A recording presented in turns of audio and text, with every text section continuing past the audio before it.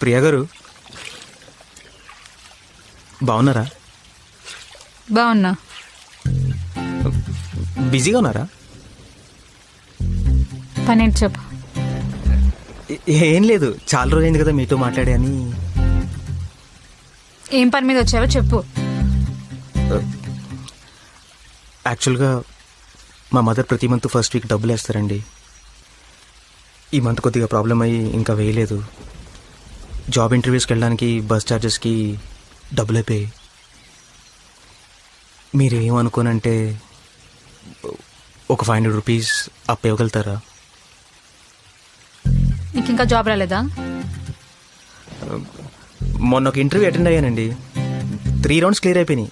Almost వచ్చేసినట్టే. మళ్ళీ ఎప్పుడు ఇస్తావు? ఒక